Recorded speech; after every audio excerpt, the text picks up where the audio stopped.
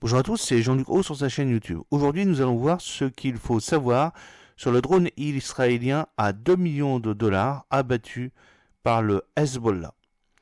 De la fumée se dégageant des environs de Baalbek après des attaques israéliennes près de Hadous dans le Bekaa le 26 février 2024, c'est ce que vous pouvez voir sur la première photo. Des combattants du Hezbollah ont utilisé avec succès un missile sol-air pour abattre un drone israélien Hermes 450 qui violait l'espace aérien libanais au Liban du Sud lundi, a annoncé le parti. C'est la première fois depuis le début des frappes transfrontalières israéliennes sur le Liban, le 8 octobre 2023, que l'abattage d'un drone israélien est confirmé.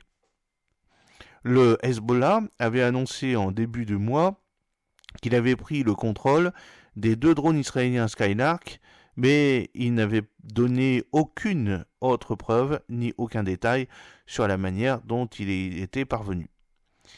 Alors, ce drone israélien, Hermes 450, a été abattu au Liban par le Hezbollah le 26 février 2024. Vous avez une capture d'écran d'une vidéo envoyée par Montasser Abdallah.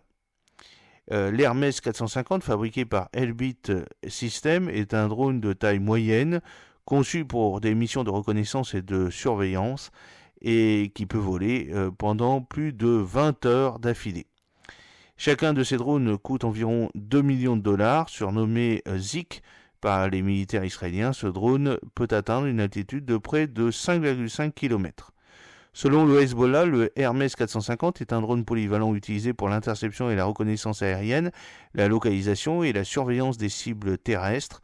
Il est également employé pour diriger les tirs d'artillerie, fournir des renseignements supplémentaires et servir d'appui-feu aux forces terrestres, utile aussi pour la reconnaissance des signaux au niveau tactique, a déclaré le parti dans un communiqué.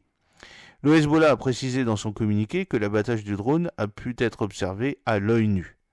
Plus tôt dans la journée de lundi, les médias israéliens ont rapporté que les sirènes d'alarme avaient retenti à Marich et Haber dans la région d'Afula, ajoutant que les systèmes antiaériens avaient détruit un missile sol-air lancé depuis le Liban. Après la destruction du drone collecteur de données, Israël a lancé des frappes de représailles, bombardant plus profondément à l'intérieur du territoire libanais qu'il ne l'avait fait jusqu'à présent durant cette guerre.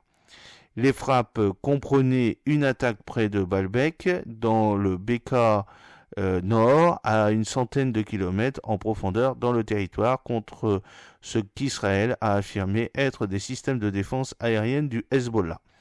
Alors vous avez une vue de l'attaque à proximité de Baalbek le 26 février. C'est une photo de Bakir Krond, Moasfet de Baalbek Hermel. Alors c'est une escalade qui pourrait se transformer malheureusement en guerre. L'expert militaire Riyad Khajali explique à l'Orient Today qu'il est très significatif que le Hezbollah ait réussi à abattre un drone volant à une altitude aussi élevée. Pour lui, c'est une indication que le Hezbollah dispose d'un système de défense aérienne capable de cibler des avions volant à une telle altitude. Il ajoute que cela porte atteinte à la supériorité aérienne d'Israël et à ses efforts pour conserver le contrôle absolu de l'espace aérien et permettre à ces avions de se déplacer librement sans la menace d'une quelconque attaque. Le Liban assiste aujourd'hui à une escalade sécuritaire, tant au niveau de l'intensité des frappes que de leur profondeur, estime M. Khajali, expliquant qu'en fait, chaque fois que le Hezbollah annonce posséder une nouvelle arme et l'utilise, il s'agit en soi d'une escalade.